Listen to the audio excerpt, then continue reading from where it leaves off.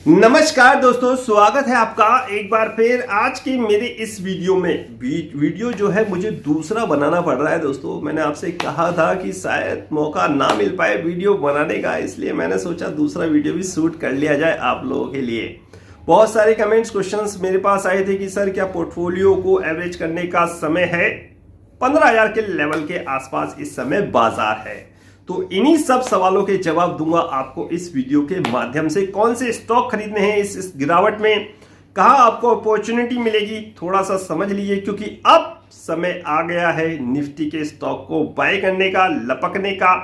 अब आप ये कहोगे कि सर हमारे पे पैसा नहीं बचा। देखो दोस्तों, पैसा है या नहीं है, अगर आपका पोर्टफोलियो फुल है मेरे स्टॉक से तो कोई दिक्कत परेशानी वाली बात नहीं। आप उनको होल्ड करके रखिए, वो आने वाले समय में अच्छा रिटर्न आपको देंगे। मैं उनकी बात बता रहा हूं जिन पे कैपिटल है, इन्वेस्टमेंट के लिए कुछ पैसा उन्होंने बचा के रखा है। मैं हमेशा आपसे कहता था कि एक्यूमुलेशन के लिए पैसा बचा के रखिए। अगर आप 100 शेयर खरीदना चाहते हैं तो जहां मैं बता रहा हूं वहां पर आपको 25% ही खरीदना है। अब समय आ गया है अपने पोर्टफोलियो को एवरेज करने का। थोड़ा इंतजार और करेंगे, 15,000 के आसपास बाजार की राह देखेंगे। 15,000 के आसपास हम लोग एवरेज करना शुरू कर देंगे। कुछ स्टॉक में हम लोगों ने एवरेज करना शुरू भी कर दिया। जैसे पहला स्टॉक मेरा एक्साइड इंडस्ट्री था। जी हाँ दोस्तों, एक्साइड इंडस्ट्री जो हमने ऊपर के रेट पे खरीदा हुआ था, इसमें ग्रोथ स्टोरी कितनी है, विंड सोलर के लिए किस प्रकार बैटरी की आवश्यकता पड़ेगी, वो चीज मैंने आपको पिछली एक्साइड की वीडियो में बता रखी है। तो एक्साइड की इंपॉर्टेंस को ध्यान में रखते हुए इस स्टॉक को हमने एवरेज किया है 140 के आसपास, जो हमारे पे था 180 के आसपास। कोई दिक्कत नहीं है, अब हमारा इसमें काम खत्म हो गया है। दूसरी चीज बात आती है दोस्तों, इथेनॉल के लिए हमारे पे स्टॉक होना चाहिए, और इथेनॉल के लिए ऑलरेडी हमारे पे 2 स्टॉक हैं, केएम शुगर और साहब केसर।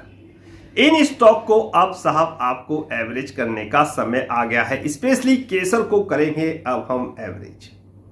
जी हाँ दोस्तों, इथेनॉल के लिए हम करेंगे केसर को। ये स्टॉक ऐसे हैं जो बहुत ही सस्ते और आकर्षक वैल्यू पे मिल रहे हैं, बहुत ही सस्ते आकर्षक वैल्यू पे। अगर आप पी की बात करेंगे तो मेरे ख्याल से 1 या 2 रुपए के आसपास की इनकी पी होगी। जो भी मेरे स्टॉक हैं, एक्साइड की अगर पी बात करेंगे 2 रुपए के आसपास की पी है साहब। तो इन चीजों को देखिए, अंडर वैल्यू स्टॉक है और अब तो ये बहुत ही आकर्षक वैल्यू पे मिल रहे हैं। बाजार की गिरावट में इन्होंने भी पार्टिसिपेट किया था और अच्छी खासी गिरावट हुई थी, तभी हमने इसको एक्साइड को एवरेज किया। केसर इथेनॉल के लिए हम लोग दूसरा है, केएम शुगर को अभी हम एवरेज नहीं करेंगे। बात आती है कैनरा बैंक की, तो कैनरा बैंक डेफिनेटली दोस्तों हम फिर एवरेज करने के लिए तैयार हैं। अगर आपके पास, मैंने बताया ना, अगर आपके पास स्टॉक ऑलरेडी है, पैसा नहीं है, तो कोई दिक्कत परेशानी वाली बात नहीं है, आप उनको होल्ड करके रखिए, क्योंकि फिर उसके बाद डिविडेंड, बोनस, स्प्लिट आपको मिलता रहेगा। ऐसा नहीं है कि अगर आपने स्टॉक ले रखा है तो आपको कुछ नहीं मिलेगा, क्योंकि अब समीकरण चेंज होते जा रहे हैं। हर कंपनियां बोनस और स्प्लिट और डिविडेंड पे खास ध्यान दे रही हैं। उन्हें पता है कि आने वाले समय में लोगों का पार्टिसिपेशन इस बाजार में बनेगा, और इसीलिए हर कंपनियां डिविडेंड, बोनस और साहब बहुत कुछ दे रही है। आपने देखा होगा कि हर कंपनियां बोनस, स्प्लिट, डिविडेंड वगैरह दे रही है। निवेशकों को लुभाने की कोशिश की जा रही है, क्योंकि पता है शेयर मार्केट ही एक रास्ता है जो आने वाले समय में हमारी इकोनॉमी को 5 ट्रिलियन की तरफ ले जा सकता है। बहुत कुछ मैंने अपनी पिछली वीडियो में आपके लिए बता रखा है या बना रखा है। तो चलिए दोस्तों, बात हो गई केसर की और बात हो गई कैनरा बैंक की। कैनरा बैंक भी 180 या 70 के आसपास अगर आता है तो डेफिनेटली इस स्टॉक को हम करेंगे बाय। एसबीआई ऑलरेडी अभी बाय कैंडिडेट नहीं है, अभी ये नीचे नहीं आया है। जब नीचे आएगा तो मैं आपको बता दूंगा। अगर बात करते हैं दोस्तों बीपीसीएल की, 300 के आसपास है, 100 करके हम इसके स्टॉक उठा रहे हैं, तो डेफिनेटली आप 300 के आसपास फिर से हम इसके 100 क्वांटिटी में स्टॉक बाय करेंगे। 100 नहीं, जैसे जिसकी जितनी कैपिटल है आप उसको उस हिसाब से बाय करिए। मैं 100 कर रहा हूं तो मैं 100 ही करूंगा। बीपीसीएल को मैं छोड़ने वाला नहीं हूं, क्योंकि साहब आपको पता है कि किस तरह ये इंफ्रास्ट्रक्चर उपलब्ध कराएगा आने वाले समय बैटरी स्वैपिंग के लिए। यानी कि किसी भी कंपनी को अगर आवश्यकता होगी इंफ्रास्ट्रक्चर के लिए, यानी कि बैटरी चार्जिंग स्टेशन लगानी होंगे, तो उनको एक ही रास्ता मिलेगा, और वो है साहब पेट्रोल पंप। और petrol pump HP, BPCL, IOC वगैरह के बहुत हैं, यहीं पर चार्जिंग स्टेशन अवेलेबल होंगे, आप देखिएगा। तो इसीलिए बीपीसीएल में एक्यूमुलेशन के द्वारा बाय कर रहा हूं। प्राइवेटेशन की बातें चल रही हैं और 300 के आसपास सस्ते आकर्षक वैल्यू पे है। डिविडेंड यील्ड भी इसमें अच्छी खासी है साहब। और बात आती है इन्फोसिस की।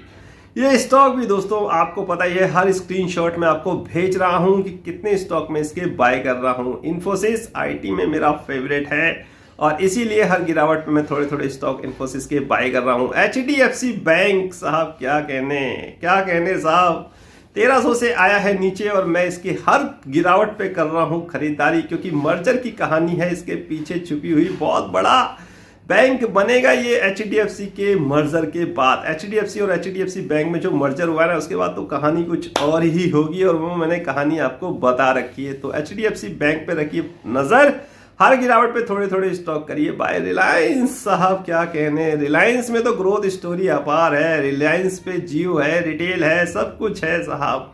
हाइड्रोजन की कहानी है, तो इस स्टॉक को भी आप छोड़िएगा मत। 2250 का लक्ष्य मेरा वो था, मैंने कहा अगर ये आता है तो लेऊंगा, लेकिन आया नहीं साहब, वहीं से रिवर्स हो गया और अब साहब 2500 के आसपास से देखते हैं इस गिरावट में। अगर 2250 के आसपास आता है तो रिलायंस पे है नजर, थोड़े से स्टॉक करेंगे बाय। तो HDFC, इन्फोसिस, रिलायंस हो गए निफ्टी के स्टॉक। SBI को अभी आपको छेड़ना नहीं है। NTPC हम लोग थोड़े से स्टॉक जरूर बाय करेंगे। पावर सेक्टर में जिस प्रकार ग्रोथ देखी जा रही है और NTPC का जो बिजनेस एक्सपेंशन प्लान है, इस स्टॉक को हम डेफिनेटली 140 के आसपास करेंगे बाय। तो ये कुछ स्टॉक है दोस्तों।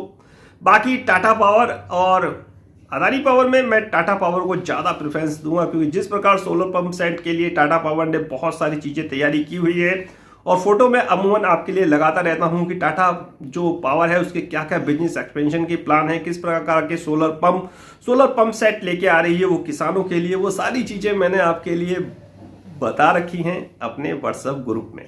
तो ये कुछ चुनिंदा स्टॉक हैं जिन पे आप ध्यान दे सकते हैं। और भी बहुत सारे स्टॉक हैं जिनके पीछे ग्रोथ स्टोरी है। सुराना छोटा सा स्टॉक है, 10-11 रुपए के आसपास अब आया है, तो डेफिनेटली इसके स्टॉक हम बाय करेंगे।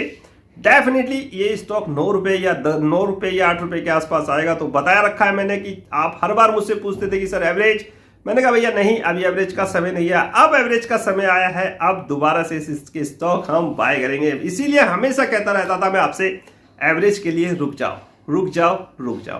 तो ये छोटा पेनी स्टॉक है जिसको हम बाय करेंगे। NLC बाय करेंगे और साहब एल्प्रो इंटरनेशनल, जी हाँ दोस्तों, 60 के आसपास आता है, फिर दोबारा से बाय करेंगे, क्योंकि बहुत से लोग 77, मेरे ख्याल से 70-75 के आसपास में प्रॉफिट का फॉर्मूला लगा चुके हैं। तो डेफिनेटली ये कुछ स्टॉक है मेरे पोर्टफोलियो के जो मैंने आपको सजेस्ट किए हैं। बाकी निफ्टी के और कोई स्टॉक आपको चाहिए, आपको जानकारी चाहिए कि निफ्टी के किन स्टॉक में आपको इन्वेस्टमेंट करना है, कौन से स्टॉक यहां से अच्छा खासा परफॉर्मेंस दिखाने का दम रखते हैं, किन के पीछे ग्रोथ स्टोरी है, सब कुछ आप मेरे से व्हाट्सएप पे पूछ सकते हैं। टेलीग्राम पे अपडेट चलते रहते हैं, ज्वाइन करिए और साहब आनंद लीजिए, क्योंकि ये गिरावट एक अपॉर्चुनिटी है, आपको दोबारा से वेल्थ क्रिएशन करने में मदद करेगी। तो फाइनली दोस्तों, ये एक पोर्टफोलियो था जो मुझे आपके साथ डिस्कस करना था। बाकी आपकी कोई भी क्वेरी हो किसी भी स्टॉक के रिलेटेड जो आपके पास पोर्टफोलियो में है, जो आपने मेरे कहने से ले रखा है, उसमें क्या करना है, आप मुझे व्हाट्सएप या फिर फोन कॉल सब कुछ करके राय ले सकते हैं, पूछ सकते हैं। बाजार की साहब अप टू डेट, यानी कि बाजार के जितने भी अपडेट हैं सब टेलीग्राम पे चलते रहते हैं। सुबह के समय मार्केट रिव्यू आता है, इन्वेस्टमेंट आइडिया आता है, सब कुछ निफ्टी वगैरह, रेंज वगैरह सब कुछ साहब आपको मेरे टेलीग्राम चैनल पे मिलेगा। तो साहब आज्ञा दीजिए, फिलहाल आज का वीडियो समाप्त करने की, नेक्स्ट वीडियो में नए अपडेट के साथ होगी मुलाकात। तब तक इंतजार। फाइनली नमस्कार।